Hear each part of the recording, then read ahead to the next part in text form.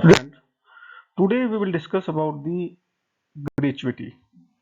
This is a continuous lecture of salary head, and gratuity is allowance which is partially taxable and partially exempted. So gratuity is defined under the Gratuity Act 1972. Gratuity is normally paid in lieu of the long-term service of an employee, usually more than 5 years, but it is voluntary payment by the employer as appreciation for long-standing service.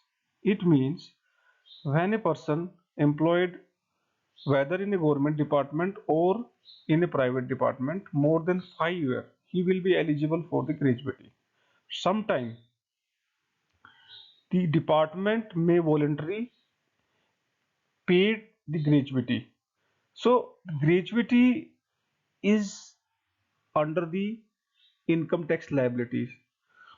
So now we will discuss about the how much gratuity will be exempted and how much gratuity will be taxable under the Income Tax Act. So first thing, if you are the central government employee or state government employee or defense employee, then 100% gratuity will be exempted. But in case you are other than the government employee, then there are two situations. First, are you covered under the Payment of Gratuity Act or are you not covered under the Payment of Gratuity Act? Okay, in case of you are covered under the Gratuity Act 1972, you have received any gratuity, the exempted will be least of following. So least of following means 3 points. In first point, up to 20 lakh rupees. First, second, actual gratuity you have received, or third, 15 days salary based on last term for each year for service or part thereof in excess of 6 months. So from these points, whichever is less would be exempted. Now, as we discuss in the HRA also, here for the calculation of the gratuity, salary means basic plus D only, and the month will be assumed of 26 days. So please mind it, here salary mean basic plus D only. Now we'll take the example. Mr. X retired on 31st March 2023 after 28 years service in XYZ Limited. At the time of retirement, his basic salary was Indian rupees 28,000 per month, DA 30%. He received gratuity Indian rupees 7,50,000. Find out the exempted amount and taxable amount of gratuity. Now, in the situation, first you have seen whether Mr. X was private employee or government employee. As in the situation, we have seen an XYZ Limited. It means we assume that he is the private employee. In case he is government employee, your answer will be 100% gratuity will be exempted. Now he is the private employee, then we have to make solution.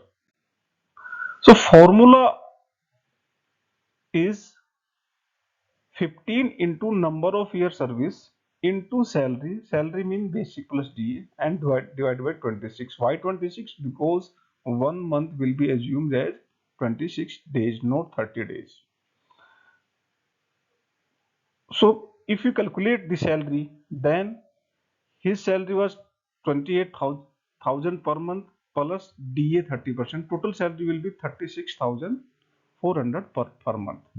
Now the solution is 15 into how many year service? 28 year service into what is the salary? 36,400 and divide by 26. Now the calculation amount is 5,88,000. 5,88,000 will be exempted. How much taxable? So whatever gratuity you have received minus exempted gratuity. So 1,62,000 will be taxable and 5,88,000 will be exempted.